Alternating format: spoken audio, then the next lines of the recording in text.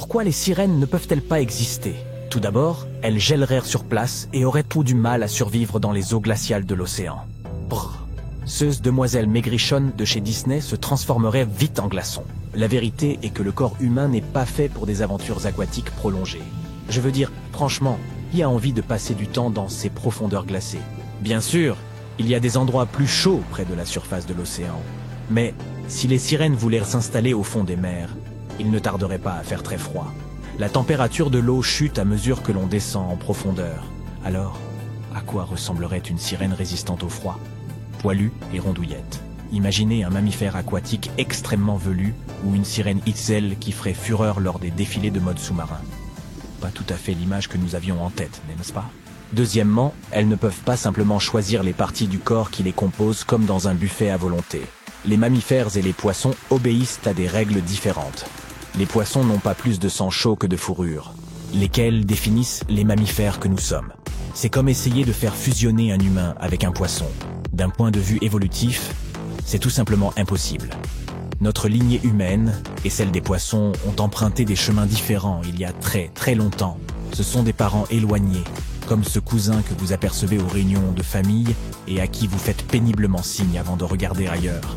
Et ne me lancez même pas sur le dilemme digestif. Les poissons et les mammifères ont des systèmes de tuyauterie complètement différents. Lorsque vous imaginez une sirène avec un mélange de nos capacités digestives propres et d'un postérieur de poisson, les choses ne se combinent tout simplement pas. Allons plus en profondeur et séparons les faits de la fiction. Si les sirènes devaient remonter à la surface pour une bouffée d'air frais, elles auraient besoin d'un évent au lieu d'un nez et d'une bouche ordinaire. Vous savez, tout comme nos amis les crocodiles avec leurs narines si pratiques. Respirer sous l'eau n'est pas une mince affaire, les amis. Maintenant, si les sirènes étaient totalement adaptées à la vie aquatique, elles auraient besoin de branchies, ceux dont elles sont curieusement dépourvues, ou d'une autre façon pratique de s'approvisionner en oxygène. Les mammifères marins ont développé une anatomie qui leur permet de survivre à ces longues excursions sous-marines. Les plongeurs humains, quant à eux, voient leurs poumons réduire de taille à mesure qu'ils descendent plus profondément à cause de la pression. Certaines espèces de baleines ont des cages thoraciques spécifiques pour protéger leurs poumons de tels désagréments. De plus, cette fameuse myoglobine présente dans leurs muscles et dans leur sang leur sert à stocker l'oxygène. Les sirènes auraient trop besoin de quelque chose de similaire dans leur panoplie. Et n'oublions pas ces bras et ces doigts humains graciles qui nous servent tant sur Terre à saisir une part de pizza, par exemple. Malheureusement, dans le monde aquatique, ils ne sont pas si pratiques. Si les sirènes avaient existé depuis longtemps sur le plan évolutif, peut-être que leurs bras auraient subi d'importantes transformations. Ainsi, les sirènes avaient évolué au fil des siècles, leurs bras auraient certainement connu quelques ajustements. À moins, bien sûr, qu'il n'y ait une bonne raison à leur existence. Peut-être que leur environnement les obligerait à privilégier la collecte de nourriture plutôt qu'une nage rapide. Vous pouvez donc voir qu'un mélange d'anatomie humaine et aquatique peut offrir le pire des deux mondes. Ce défi subsiste, même si nous inversons les choses, avec des jambes humaines en bas et une tête de poisson en haut. Envie d'embrasser cette fille-là? Non. Des branchies pour respirer facilement? C'est certes pratique. Mais que dire de ces parties humaines exposées qui peinent à résister aux affres hivernales de l'océan? La sirène des Fidji était une curiosité qui a remporté un franc succès dans les foires américaines du 19e siècle. Elle se composait du torse et de la tête d'un jeune singe cousu sur la queue d'un poisson. Cet article insolite était présenté comme le corps momifié d'une créature mi-mammifère, mi-poisson, assimilée à une sirène. P.T. Barnum, le célèbre impresario, a acquis cette sirène et l'a exposée dans son American Museum de New York en 1842. L'apparence de la sirène, comme l'a décrite Barnum lui-même, s'écartait de la représentation traditionnelle des sirènes, comme des êtres attirants.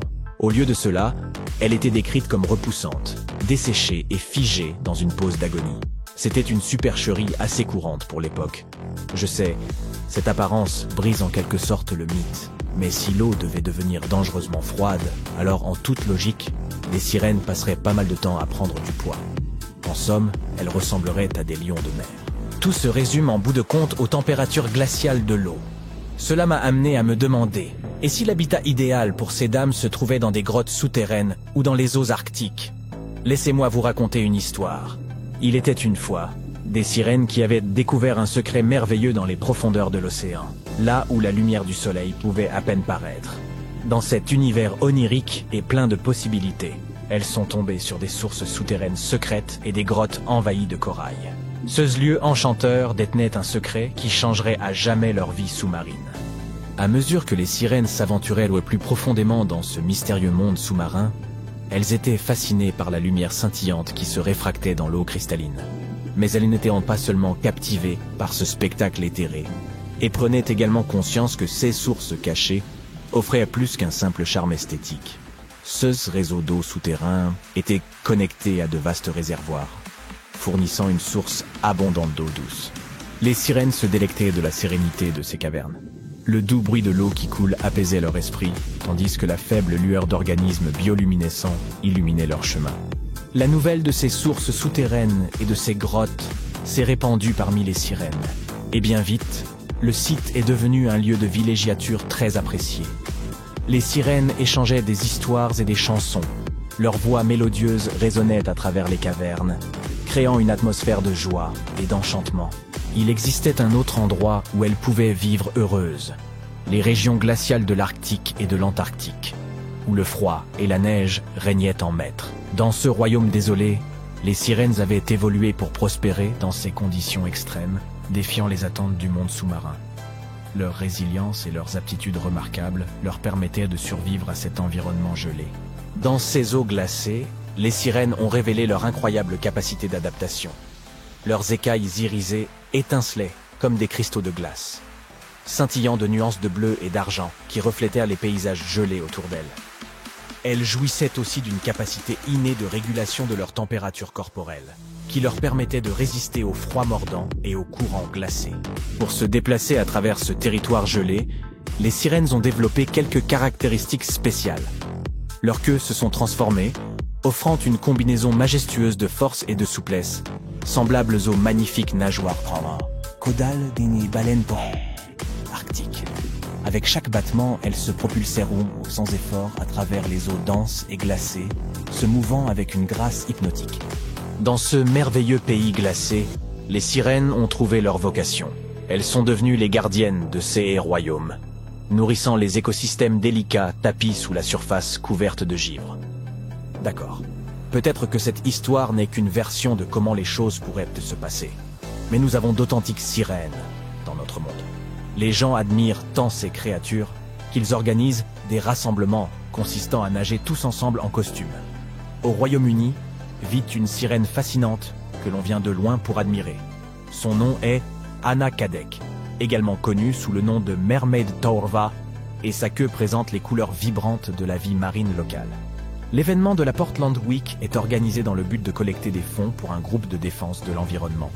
Et Hannah, qui réside sur une péniche voisine, appartient à une communauté grandissante de sirènes au Royaume-Uni.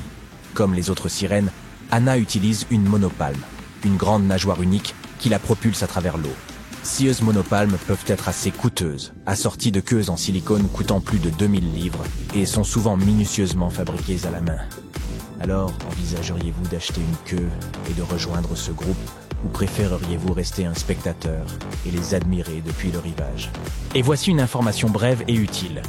De nos jours, lorsque nous entendons le mot sirène, nous pensons le plus souvent à ces femmes poissons. Mais n'oublions pas que les sirènes de la mythologie étaient là pour entraîner les marins vers leur perte et séduire quiconque grâce à leur chant irrésistible. Bien qu'il y ait nombre de dangers en mer, elles étaient les plus redoutables. Les sirènes de contes de fées, en revanche, n'ont pas grand-chose à voir avec elles. Ce sont des créatures enchanteresses et sympathiques. Et de nos jours, les sirènes sont ce que vous entendez lorsque les ambulances, les camions de pompiers et les voitures de police cherchent à se dégager du trafic. Depuis que Platon a créé l'allégorie de l'Atlantide, l'humanité est fascinée par la possibilité de découvrir un jour une civilisation sous-marine florissante. Tu veux te joindre à nous pour visiter quelques sites sous-marins historiques? Voyons ce que nous pouvons comprendre de ces civilisations anciennes. Le premier sur notre liste est ce qu'on appelle le Stonehenge sous-marin. Les chercheurs ont récemment découvert un mystérieux amas de cairns qui s'étendent sur des kilomètres sous les eaux miroitantes du lac de Constance, aux frontières de la Suisse, de l'Allemagne et de l'Autriche. Les archéologues ont commencé à fouiller ce site en 2015 et ne sont pas encore parvenus à cerner sa fonction précise. Ce qu'ils savent, c'est qu'il se trouve là 170 cairns de pierre fabriqués par l'homme s'étendant sur 20 km sous le lac. Les chercheurs affirment que c'est très probablement le fruit du travail combiné de plusieurs villages. Ce site fut probablement utilisé dans un but collectif. Ces formations sont énormes, certaines d'entre elles faisant plusieurs mètres de large. La découverte la plus étonnante jusqu'à présent est que ce site daterait d'il y a environ 5500 ans. Maintenant, que faisions-nous, nous les humains, à cette époque? Eh bien, nous vivions les meilleures années de ce que l'on appelle l'âge de pierre. Nous commencions à fabriquer des outils rudimentaires et à les utiliser pour chasser et manger. Peux-tu imaginer à quoi pouvaient ressembler tes couverts à l'époque? Ce n'est pas une coïncidence si les scientifiques surnomment ce site le Stonehenge sous-marin. On pense que les deux sites ont été érigés à peu près à la même époque. Vois-tu, Stonehenge date d'environ 3100 ans avant notre ère. Les deux sites présentent la caractéristique commune d'être tous deux des monuments de pierre construits en cercle. Sans parler du fait que les scientifiques n'ont pas non plus déterminé en quoi nos premiers ancêtres auraient pu ressentir le besoin de construire de telles structures. Le mystère du lac de Constance n'a pas encore été résolu. Qui étaient les habitants néolithiques de cette région? Et dans quel but ont-ils déployé autant de travail et d'efforts pour construire cet immense site fait de roches?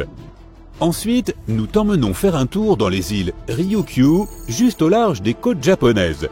Tu plonges dans les profondeurs de ce site archéologique, mais je dois te prévenir, les eaux de l'océan Pacifique sont loin d'être calmes. Il ne te faut pas longtemps avant d'apercevoir une immense structure, grâce à la lumière du soleil, qui éclaire les fonds marins. Au début, cela ressemble aux ruines du Machu Picchu qui se trouve à l'autre bout du globe, au Pérou. En t'approchant, tu commences lentement à distinguer ses contours. Une structure de forme pyramidale, des arches, des escaliers, ça aurait facilement pu être un palais ou un château. Pourrait-il s'agir d'un signe d'activité humaine? Eh bien, ce que tu viens de voir est connu aujourd'hui sous le nom de structure sous-marine de Yonaguni. On l'appelle aussi l'Atlantide du Japon. Le complexe entier représente la taille de 5 terrains de football et la hauteur d'un bâtiment de 5 étages. Sa caractéristique la plus surprenante sont ses vastes terrasses. Les explorateurs et les scientifiques estiment que Yonaguni pourrait avoir 10 000 ans. Mais la question de savoir s'il s'agit d'une structure créée par l'homme ou d'une formation naturelle fait toujours l'objet de débats.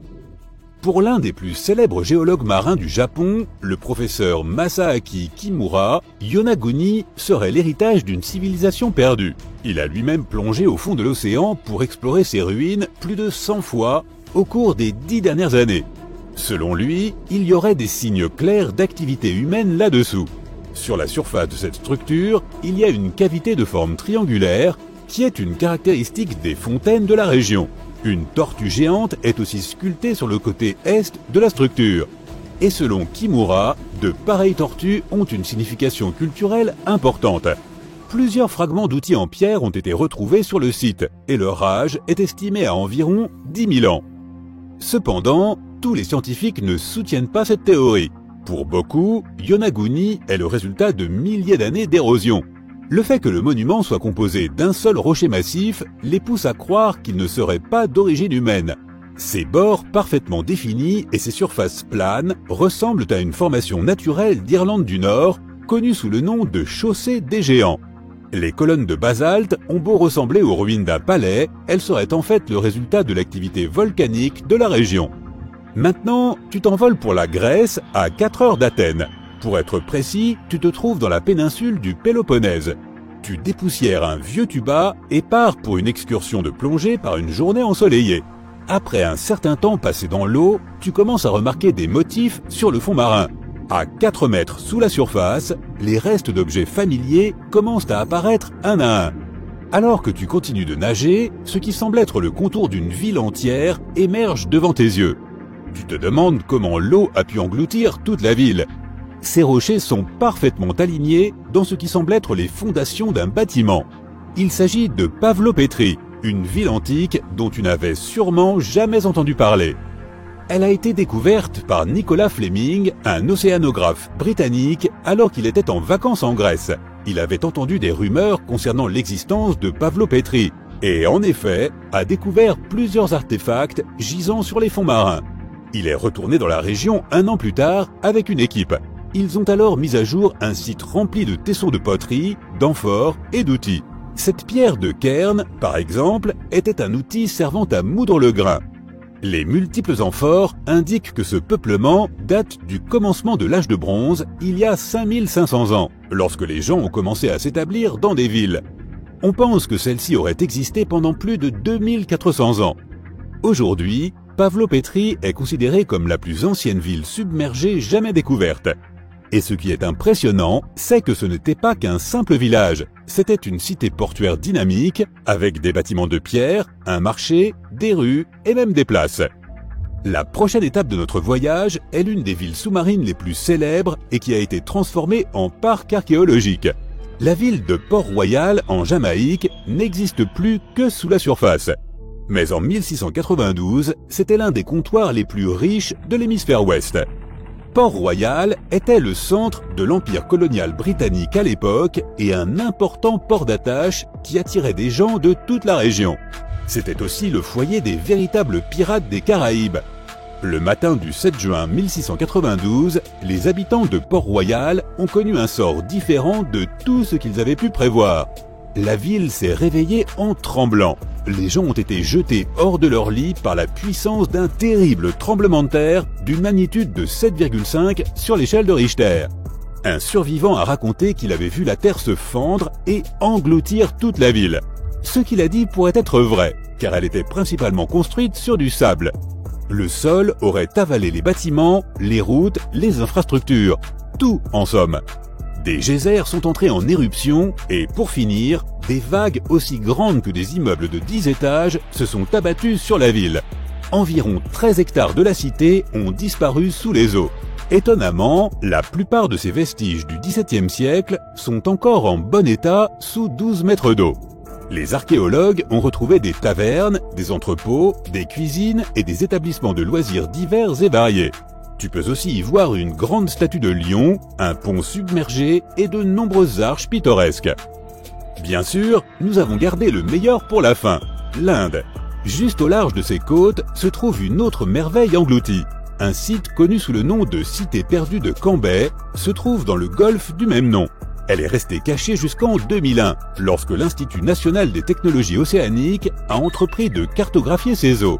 Grâce à la technologie sonar, qui envoie des ondes sonores contre les fonds marins, ils ont découvert une chose qui reposait loin en dessous de la surface. L'imagerie a révélé des formes géométriques bien définies, réparties sur une étendue de 8 km. Ces vestiges dateraient de plus de 9500 ans, ce qui signifie que cette civilisation a été engloutie aux environs de la fin de l'ère glaciaire. Les débris récupérés sur ce site comprenaient des matériaux de construction, des poteries, des perles, des structures et même des ossements. Les scientifiques débattent encore pour savoir si ces artefacts proviennent bel et bien du site même.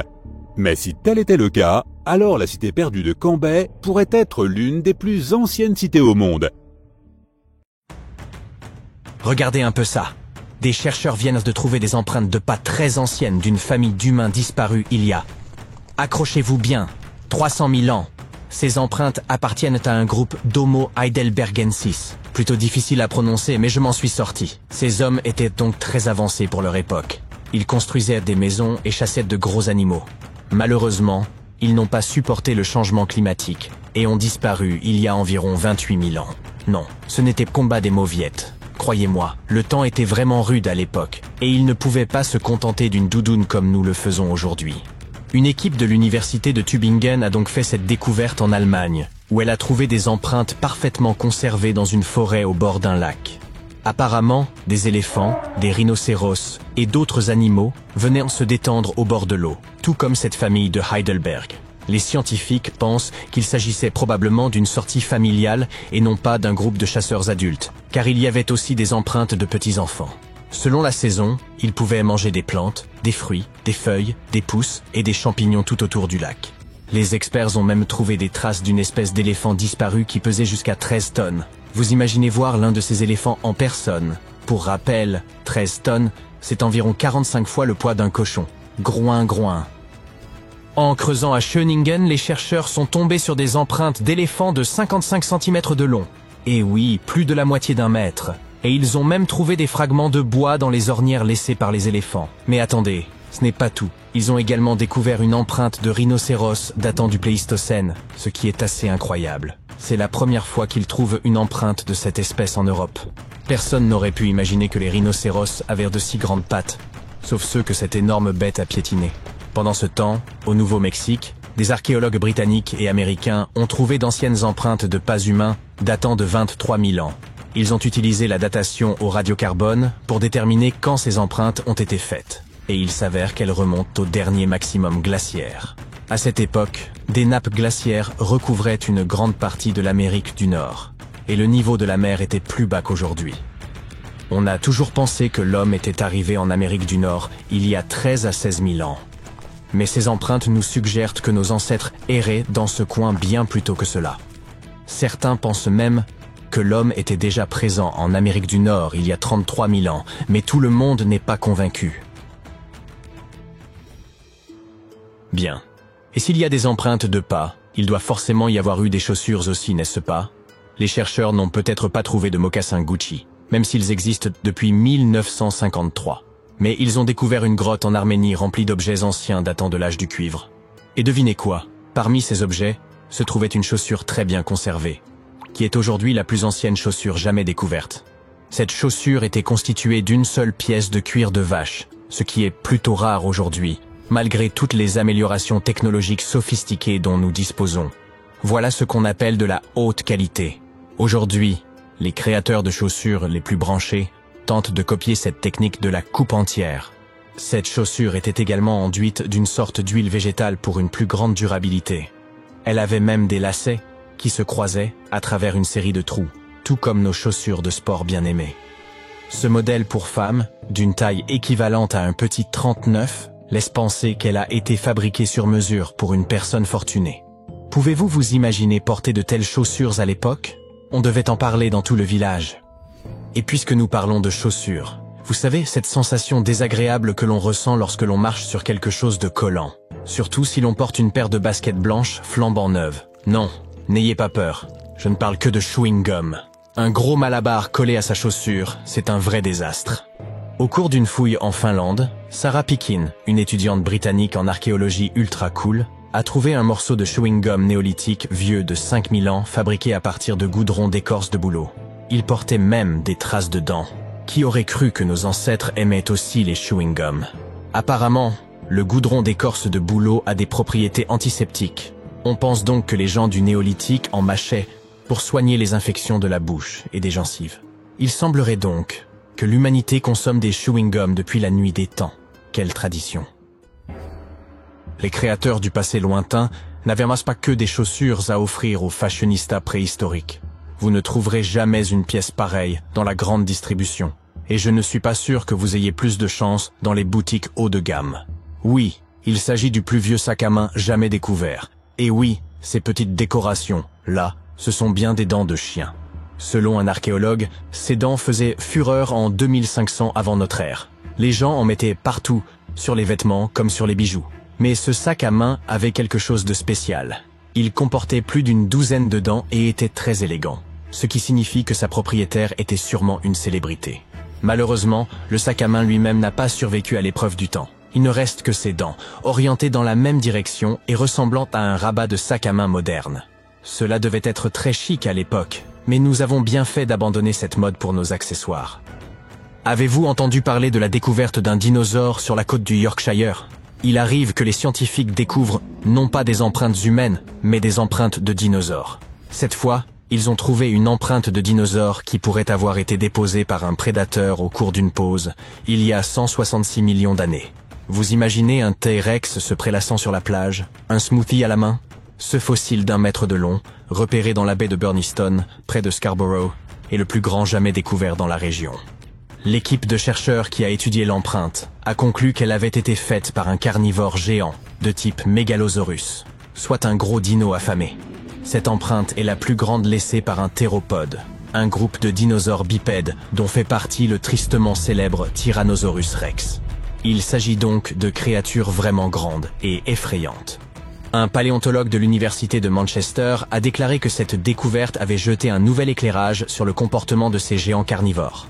Apparemment, les caractéristiques de l'empreinte suggèrent que ce grand prédateur s'accroupissait avant de se lever. Peut-être était-il en train de faire du yoga ou d'aller aux toilettes. Qui sait? Une autre archéologue, Mary Woods, est tombée sur cette empreinte alors qu'elle ramassait des coquillages sur le rivage. Elle a déclaré qu'elle n'en avait pas cru ses yeux. Personne ne s'attend à trouver l'empreinte d'un dinosaure géant en ramassant des palourdes. Heureusement, Mary Woods et Rob Taylor, un collectionneur local de fossiles, ont sauvé la fragile empreinte du rivage. Les experts les avaient prévenus qu'elle risquait d'être perdue à cause de l'érosion ou des glissements de terrain. Il est désormais prévu que l'empreinte soit exposée au Rotunda Museum de Scarborough. Mais nous avons d'autres nouvelles concernant ces gros animaux disparus. La sécheresse qui sévit au Texas a révélé des empreintes vieilles de plus de 100 millions d'années. En effet, de multiples empreintes de dinosaures ont été découvertes récemment dans le parc d'État de Dinosaur Valley, dans le nord-ouest du Texas. Les sécheresses ont provoqué le tarissement presque total d'une rivière qui traverse le centre du Texas, et c'est ainsi que ces empreintes préhistoriques ont finalement été mises au jour. Ce gars-là était un gros bonhomme d'environ 4,5 mètres et pesait 7 tonnes. Il parcourait la région il y a plus de 113 millions d'années, selon le parc national. Environ 60 empreintes de ce dinosaure ont été retrouvées en raison de la sécheresse, et l'on estime à 140 le nombre total d'empreintes de ce dinosaure. Mais ce n'est pas tout.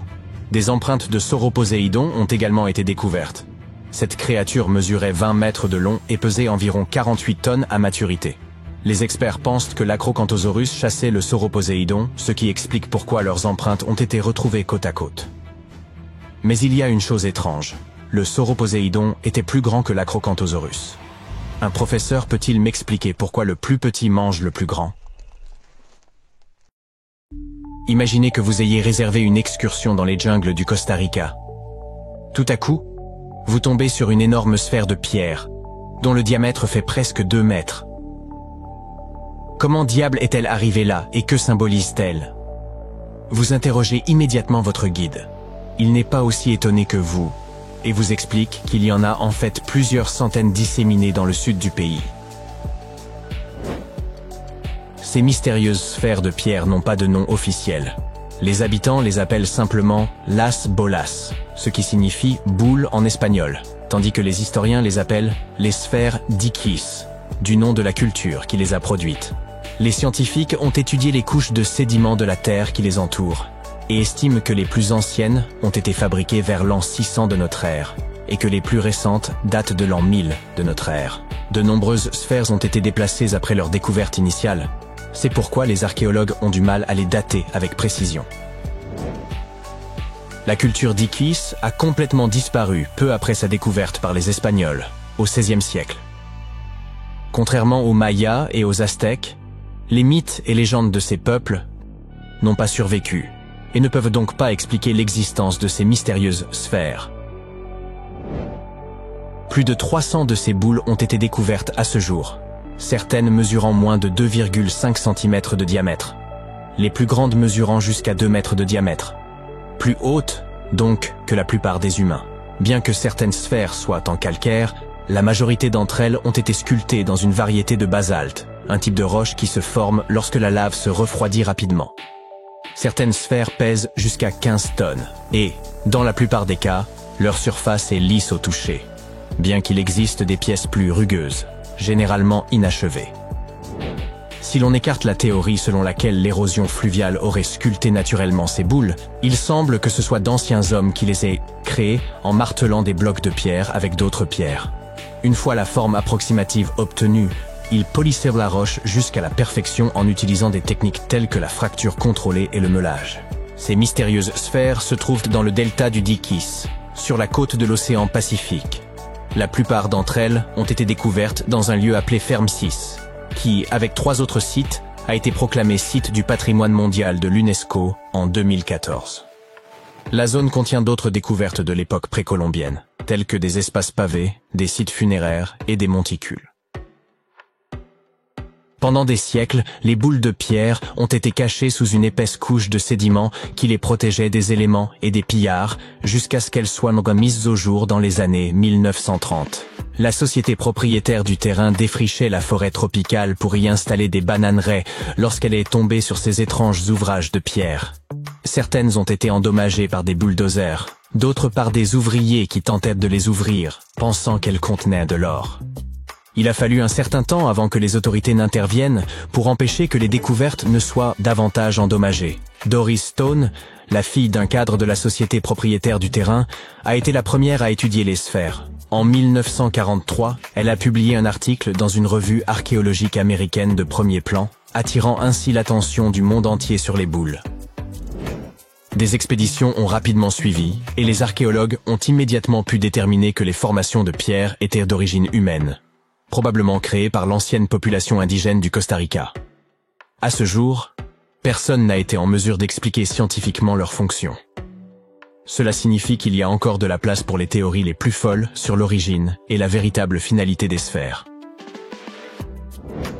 La théorie la plus populaire au sein de la communauté scientifique est que ces sphères de pierre servaient de décoration et de symboles sociaux, car nombre d'entre elles ont été retrouvées à proximité des habitations des chefs de tribu. Ces mêmes chefs étaient également enterrés avec certaines des plus petites boules. Ces sculptures étaient donc certainement associées au pouvoir d'une manière ou d'une autre. Ciseler un bloc de pierre à la perfection exigeait beaucoup de travail et de planification, et seuls les individus puissants pouvaient se permettre de telles commandes à l'époque. L'autre théorie la plus répandue est que les boules étaient utilisées pour l'observation astronomique. Les sphères individuelles représentaient des étoiles ou des planètes, formant comme une carte primitive du ciel nocturne. Comme elles étaient parfaitement rondes, il était facile de les faire rouler. Avant que la jungle ne les engloutisse, la région où elles ont été découvertes était une plaine alluviale plate, idéale pour faire rouler de grosses pierres. Une autre version de cette théorie suggère que les pierres étaient utilisées comme marqueurs de frontières, un peu comme les bornes modernes, qui sont elles aussi principalement faites de pierre. Enfin, les légendes d'autres tribus qui vivaient dans la région racontent que les sphères étaient des boulets de canon que la divinité du tonnerre utilisait pour chasser la divinité des vents et des ouragans. Nous ne connaissons toujours pas la fonction première des sphères du Costa Rica, mais elles restent un élément important de l'identité nationale du pays. Le musée national de San José, la capitale du Costa Rica, en possède 6 dans sa cour. De nombreuses autres sphères sont devenues des décorations de jardin, très prisées des habitants les plus fortunés. Il y en a même une à l'université de Harvard. Plus d'un millénaire après leur création, les mystérieuses sphères de pierre du Costa Rica sont toujours associées au pouvoir et à la richesse. En termes mathématiques, les sphères de pierre ne sont pas tout à fait rondes. On estime qu'elles sont presque parfaites, approchant la forme d'une sphère à 96%. Bien que ce chiffre soit impressionnant, les sphères du Costa Rica ne sont pas les seules de leur genre. Il y a près de 10 ans, des ouvriers ont découvert de mystérieuses sphères géantes en pierre dans les profondeurs d'une mine de charbon du nord de l'Asie. La surface de ces sphères, qui mesurait un peu plus de la longueur d'un pas humain en diamètre, était exceptionnellement lisse. Et les gens se sont penchés sur la question pour tenter de comprendre ce dont il s'agissait. Certains étaient là persuadés que les boules venaient d'un autre monde, tandis que d'autres suggéraient qu'il s'agissait en fait d'œufs de dinosaures pétrifiés. Les scientifiques ont rapidement mis fin aux discussions. Il s'est avéré que les mystérieuses sphères étaient en réalité des concrétions. Il s'agit de formations rocheuses qui mettent des millions d'années à se former dans les profondeurs du sous-sol. Pensez à un caillou qui amasse de la neige en dévalant une colline. C'est ainsi que se forment les concrétions. L'eau souterraine, riche en sédiments et en minéraux, s'écoule autour de la concrétion, la façonnant lentement en un orbe parfait. Ce processus est assez courant dans la nature, mais en général, les concrétions sont assez petites. Les sphères trouvées dans la mine de charbon avaient atteint cette taille dans un sol riche en minéraux, et elles étaient suffisamment grandes pour intéresser la presse et le grand public. Un autre cas possible de concrétion est celui des imposantes sphères de pierre retrouvées dans la vallée de Visoko, en Bosnie. Semir Osmanagić, que l'on a surnommé l'Indiana Jones bosniaque, a été le premier à étudier ces objets dont la largeur équivaut à celle d'un autobus londonien. Il pense que ces boules de pierre ont été sculptées par une civilisation disparue qui vivait dans la région il y a 1 millier d'années. La couleur rougeâtre des orbes prouve cependant qu'il s'agit bien de concrétions, riches en fer. Les Moki Marbles, découverts dans l'Utah rural, ont une couleur similaire à celle des sphères bosniaques. Ces minuscules concrétions, de la taille d'une bille, sont constituées d'un noyau de grès et d'une coquille d'hématite, un minerai de fer. En Afrique du Sud, des mineurs ont découvert les sphères de Klerksdorp, dont la forme et la taille sont similaires à celles des Moki Marbles. La seule différence est que celles-ci se sont formées à l'intérieur de sédiments et de cendres volcaniques. Parmi les petites sphères créées par l'homme, les plus intrigantes sont probablement celles que l'on trouve sur certaines îles grecques. Des scientifiques ont découvert 700 pierres plus petites que des balles de golf près du site de l'âge du bronze d'Acrotiri, sur l'île de Santorin. Ils pensent que ces objets ont entre 3600 et 4500 ans. En comparant toutes les variations de taille et de couleur de ces pierres énigmatiques, les archéologues ont conclu qu'elles auraient pu faire partie du plus ancien jeu de société jamais fabriqué. Avec l'aide de l'intelligence artificielle, les scientifiques tentent aujourd'hui de comprendre les règles de ce jeu. Au début des années 1920, le monde était fasciné par le phénomène du roi Toutankhamon. Un archéologue britannique du nom de Howard Carter a fait la découverte de la tombe du jeune pharaon dans la vallée des rois en Égypte en 1922. Mais l'intérêt du public ne se limitait pas à l'or et aux bijoux découverts. La presse a largement couvert la malédiction des pharaons. Mais était-elle fondée? Une ancienne malédiction était-elle vraiment responsable des morts inexpliquées survenues à chaque incursion dans les pyramides? À l'époque, c'était la seule explication pour une série de décès mystérieux. L'un des hommes présents lors de l'ouverture de la chambre funéraire de Toutankhamon, George Herbert, le 5e comte de Carnarvon, n'a survécu que 5 mois après cette découverte. Il avait également financé les fouilles. Arrive ensuite Sir Arthur Conan Doyle. Vous le connaissez probablement, l'écrivain anglais qui est derrière Sherlock Holmes. Il avançait qu'un élémentaire maléfique était responsable du décès de l'explorateur. Il devait sûrement plaisanter? Hélas, non. Les journaux ont continué d'associer la malédiction des pharaons à chaque décès d'égyptologues. Comme leur nom l'indique, ce sont les scientifiques qui étudient les anciennes cultures égyptiennes. L'archéologue qui a ouvert la tombe du roi Toutankhamon est décédé 17 ans après la découverte. La cause de sa mort, la maladie de Hodgkin, n'était pas un secret. Malgré cela, des journalistes du monde entier ont continué à évoquer une malédiction, ce qui commençait à friser le ridicule. La science devait pourtant fournir une explication rationnelle, n'est-ce pas? Eh bien, c'est exactement ce qu'elle a fait, et elle était liée à la présence de moisissures communes. Des champignons nocifs, tels que l'aspergillus, peuvent survivre pendant de longues périodes dans des tombes scellées. Lorsqu'ils sont inhalés par des gens dont le système immunitaire est affaibli, cela peut entraîner un risque élevé d'infection. Aujourd'hui, les médecins pensent que c'est ce qui est arrivé aux malheureux explorateurs il y a plus d'un siècle. Les scientifiques savent maintenant que ce type de champignon prospère particulièrement bien sur les céréales. Or, la tombe de Toutankhamon était remplie d'offrandes sous forme de paniers remplis de céréales crues et de pain. Les chercheurs ont également trouvé d'autres variétés de champignons sur les anciennes momies égyptiennes. Ces moisissures peuvent entraîner de graves complications pour les êtres humains. Le danger inhérent aux matières organiques en décomposition est bien réel. Il suffit de regarder à l'intérieur de votre réfrigérateur. Tous les restes de nourriture commencent à se décomposer après seulement 3 à 4 jours. Vous pouvez donc imaginer ce qui se produit avec de la nourriture dans une chambre scellée pendant des milliers d'années. La nourriture n'est qu'un type de matériau organique. Le bois en est un autre. Lorsqu'il est exposé à l'eau ou à l'humidité de l'air, il commence également à se détériorer. Il n'est pas nécessaire de se rendre en Égypte pour observer les effets de ce processus. Tout bâtiment abandonné dans votre quartier peut en témoigner. Lorsqu'un morceau de bois est mouillé et n'a pas moyen de sécher, c'est là que surviennent les dommages. Des champignons aux insectes xylophages, la liste est longue. La pourriture du bois pose un problème structurel considérable, car les poutres et les planchers sont souvent constitués de ce matériau. Il est donc préférable de ne pas pénétrer dans un bâtiment en décrépitude, au risque de facilement perdre pied. Mais ce n'est que la partie émergée de l'iceberg. Les matériaux de construction ont évolué depuis l'époque des pharaons, mais les risques associés ont également changé. Un exemple frappant est l'amiante. Jusqu'aux années 1970, cette substance était largement utilisée dans de nombreux matériaux d'isolation domestique, des chaudières à l'insonorisation. Dotée de microfibres, l'amiante offrait une isolation thermique remarquable. Cependant, les États-Unis ont interdit son utilisation en 1989, suivi par l'Europe la décennie suivante. Cette décision a été motivée par le risque pour la santé que représente l'amiante lorsqu'il est endommagé. L'inhalation de ces fibres peut entraîner de graves problèmes de santé. et les structures abandonnées regorgent souvent de ce matériau, sans personne pour en assurer l'entretien. Vous comprenez maintenant le danger encouru. Un autre matériau fréquemment rencontré dans les anciens bâtiments est le plomb. Les Romains de l'Antiquité utilisaient des tuyaux de plomb pour acheminer l'eau des sources jusqu'à leurs habitations. Et ils utilisaient également des ustensiles de cuisine en plomb, ce qui n'était probablement pas la décision la plus avisée. En effet, le plomb et l'eau ne font pas bon ménage en raison d'un phénomène appelé corrosion. Mais ce problème n'est pas uniquement historique.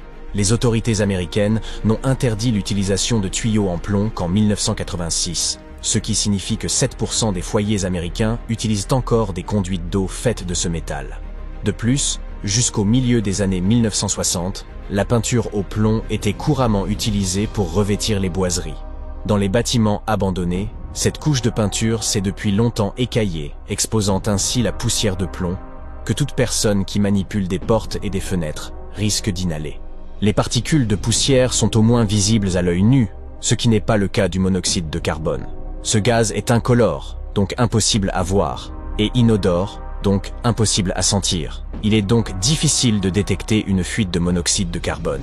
Comment ce gaz dangereux s'échappe-t-il généralement ? En raison d'un mauvais entretien. Or, les bâtiments abandonnés ne bénéficient d'aucun. Ainsi, alors que vous explorez une vieille usine, vous pourriez subitement ressentir des étourdissements et de terribles maux de tête. Ce ne sont là que quelques-uns des symptômes d'une intoxication au monoxyde de carbone, parmi les plus bénins. Mais quelle en est la source ? Il suffit qu'une vieille chaudière cède enfin après des années de négligence. Nous nous heurtons à une question cruciale. Quel est le principal déterminant de la qualité de l'air à l'intérieur d'une pièce ? Si vous pensez à l'oxygène, vous faites fausse route. En réalité, les niveaux d'oxygène ne diminuent que de 0,3% en 8 heures dans une pièce hermétiquement close. Cette diminution est encore plus minime dans des conditions normales, où les portes et les fenêtres ne sont pas scellées. Ainsi, l'oxygène n'est pas le principal souci. Ce sont plutôt les niveaux de dioxyde de carbone, ou CO2, qui augmentent considérablement à l'intérieur d'une pièce fermée. Cela découle directement de la respiration humaine. Nous inhalons de l'oxygène et expirons du CO2, qui devient ainsi un gaz résiduel. Normalement, il ne représente qu'une infime fraction de l'air que nous respirons, soit 0,04%. Toutefois, dans une pièce close, des niveaux élevés de dioxyde de carbone peuvent entraîner la somnolence. Et c'est la dernière chose dont vous avez besoin lorsque vous vous trouvez dans un édifice délabré. Le dioxyde de carbone réduira votre capacité à penser clairement. Une étude intéressante menée par des chercheurs de Harvard en 2016 en témoigne. Ils ont invité des employés de bureau à venir travailler pendant 6 jours consécutifs pour effectuer un test de résolution de problèmes. Au cours de la semaine, les niveaux de dioxyde de carbone ont été progressivement accrus dans ce bureau fictif. Les résultats du même test se sont détériorés au fil du temps. Bien sûr, de nombreux facteurs entrent en jeu, mais les niveaux de CO2 ont indéniablement eu un impact sur la capacité des travailleurs à résoudre les problèmes. Cette étude s'est déroulée dans un environnement de bureau typique, et non dans un bâtiment en ruine, où les visiteurs doivent surveiller chacun de leurs pas. Quand je parle de visiteurs, je fais vraiment référence à des intrus. Et l'intrusion constitue un délit, applicable tant aux propriétés privées que publiques. Si vous enfreignez la loi, vous pourriez faire face à une amende pouvant atteindre 15 000 €, voire une peine de prison. Voilà qui devrait vous faire réfléchir à 2 fois, avant de sauter par-dessus une clôture portant un panneau d'interdiction. De plus, vous pourriez ne pas être seul à l'intérieur. Vous ne saurez jamais qui d'autre se trouve dans le bâtiment. Peut-être une personne mal intentionnée. Qui sait ? Cette menace n'est pas nécessairement représentée par une personne. Les animaux peuvent aussi être dangereux. Vous seriez effrayé de rencontrer un rat, par exemple. Mais le pauvre animal serait tout aussi effrayé et pourrait vous mordre. Les rats peuvent transmettre une liste assez longue de maladies. Mais leurs dents peuvent également causer d'autres dommages. Comme elles poussent constamment, les rats doivent constamment ronger pour les empêcher de devenir trop longues. Si vous avez déjà eu une petite fringale tardive, vous comprenez ce sentiment. Les câbles électriques sont souvent la première cible des rongeurs et les bâtiments abandonnés en regorgent. Le vieux câblage est déjà dangereux en soi. Les structures érigées avant 1984 utilisaient souvent des fils en aluminium. Aujourd'hui, le cuivre est préféré, car un fil en aluminium a 55 fois plus de chances de prendre feu qu'un fil en cuivre. Un simple geste, comme actionner un interrupteur dans un bâtiment délabré, peut vous coûter la vie. Soyez attentifs aux signes révélateurs que quelque chose ne va pas. Des lumières qui clignotent, des étincelles au niveau des prises ou une odeur de fumée. De plus, ne comptez pas sur une prise de terre pour vous protéger de l'électrocution, car celles-ci ne sont devenues la norme qu'à partir des années 1960. Au cours de millions d'années, notre planète a beaucoup changé. Période glaciaire, déplacement des plaques tectoniques, inondations planétaires, météorites. Des espèces entières d'animaux sont apparues et ont disparu au fil des millénaires. À un moment donné, nous, les humains, sommes arrivés. Maintenant, imagine un endroit ayant été coupé du reste du monde pendant 5,5 millions d'années, peut-être beaucoup plus longtemps. Un endroit où aucun humain n'avait jamais mis les pieds. En 1986, nous avons découvert ce lieu. C'est la grotte de Movile. Tu te rends à l'aéroport et tu achètes un billet pour la Roumanie. Ensuite, tu loues une voiture et tu roules vers le sud-est. Tu cherches le județ de Constanta, tout près de la mer Noire. Quand ton téléphone te dit que tu es arrivé, tu arrêtes ta voiture et tu regardes autour de toi. Tu es au milieu d'un champ désert, rien d'autre qu'une vaste plaine sans vie. Puis tu l'aperçois, un trou dans le sol. En t'approchant, tu te rends compte qu'il s'agit d'un puits qui mène dans les profondeurs de la croûte terrestre. Avant de descendre dans l'obscurité, tu prends une corde, un casque, une puissante lampe de poche et une bonbonne d'oxygène. N'oublie pas de porter ta combinaison protectrice et ton masque à oxygène. Tu descends lentement en regardant autour de toi. L'obscurité est totale au-dessous et tu es un peu nerveux. Et puis quelque chose cloche. Il fait noir, mais il ne fait pas froid. De l'air chaud remonte de l'abîme. Finalement, tu sens le sol sous tes pieds. Tu regardes alentour et tu remarques un grand nombre de tunnels devant toi. Ils mènent dans les profondeurs de la grotte et ils sont recouverts d'argile sèche. En avançant à quatre pattes, tu t'aperçois de quelque chose. L'air est de plus en plus chaud et humide. Tu ressors d'un tunnel étroit et tu te retrouves dans une immense grotte dont le sol est occupé par un lac. Maintenant, le plus difficile t'attend. Tu dois plonger. Dès que tu entres dans l'eau, tu sens une terrible odeur d'œuf pourri. Tu viens de pénétrer dans de l'eau sulfureuse et l'odeur du sulfure d'hydrogène est omniprésente. Ce n'est pas tout. La grotte est également remplie de dioxyde de carbone. L'air normal à la surface est composé d'environ 20% d'oxygène, mais ici, il n'y en a que 10%. Tu ne pourrais pas survivre sans ton précieux réservoir d'oxygène, et tous ces autres gaz te donnent un terrible mal de tête. Tu allumes ta lampe de poche à pleine puissance et tu plonges sous l'eau. Il te faut traverser toutes ces failles étroites. Il y en a beaucoup, c'est un véritable labyrinthe aquatique. Tu es un peu inquiet, mais ta bouteille d'oxygène est encore assez pleine. Tu te faufiles à travers les failles et tu trouves enfin une zone ouverte. Tu te figes. En haut, en bas, partout, tu entends des créatures ramper. Le faisceau de ta lampe de poche éclaire des milliers d'insectes rapides et glissants. Cette grotte contient 48 espèces différentes, dont 33 nous sont totalement inconnues. D'étranges escargots blancs rampent le long des parois et des crevettes transparentes ainsi que de petites sangsues nagent dans l'eau. Des mille-pattes blancs avec de très longues antennes et des araignées transparentes traînent sous tes pieds.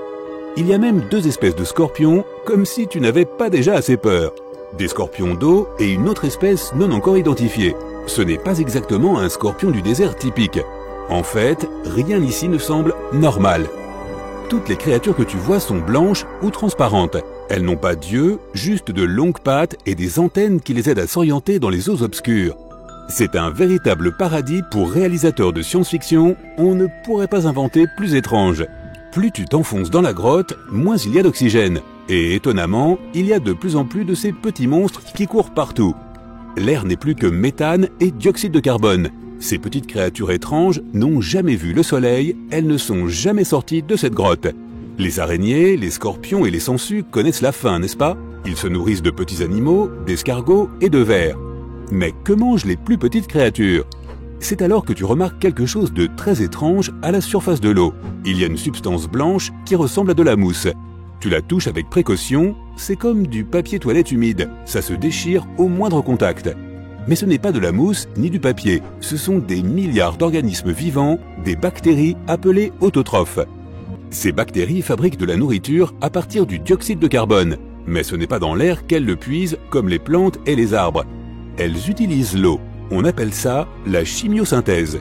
Ces minuscules bactéries excrètent leur nourriture inutilisée, que de plus grosses bactéries viennent ensuite manger.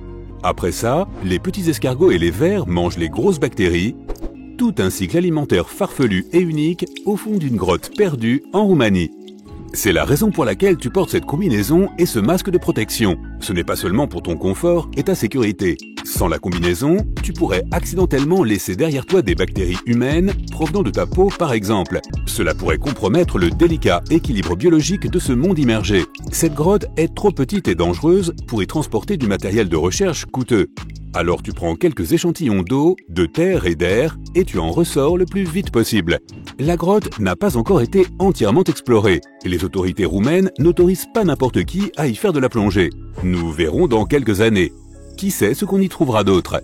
Tu es de retour dans ton laboratoire moderne et tu commences à comprendre pourquoi cette grotte est si importante. Les conditions à Movile sont quasiment les mêmes que dans les premières années d'existence de la Terre.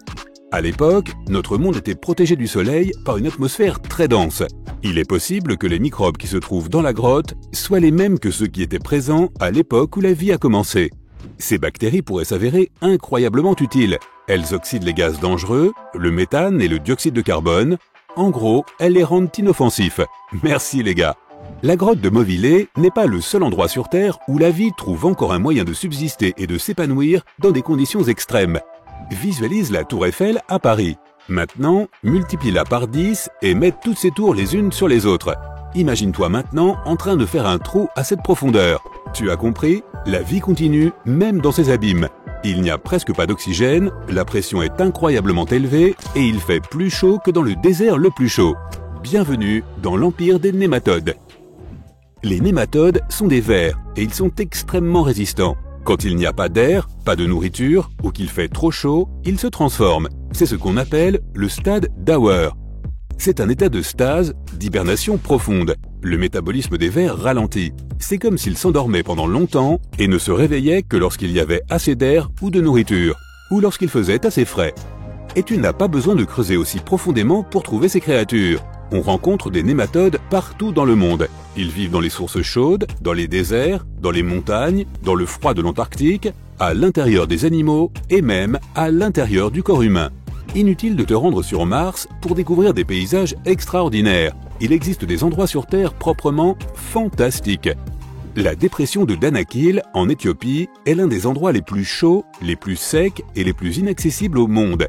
C'est un grand désert qui ne reçoit presque pas de pluie, mais le liquide n'en est pas moins abondant.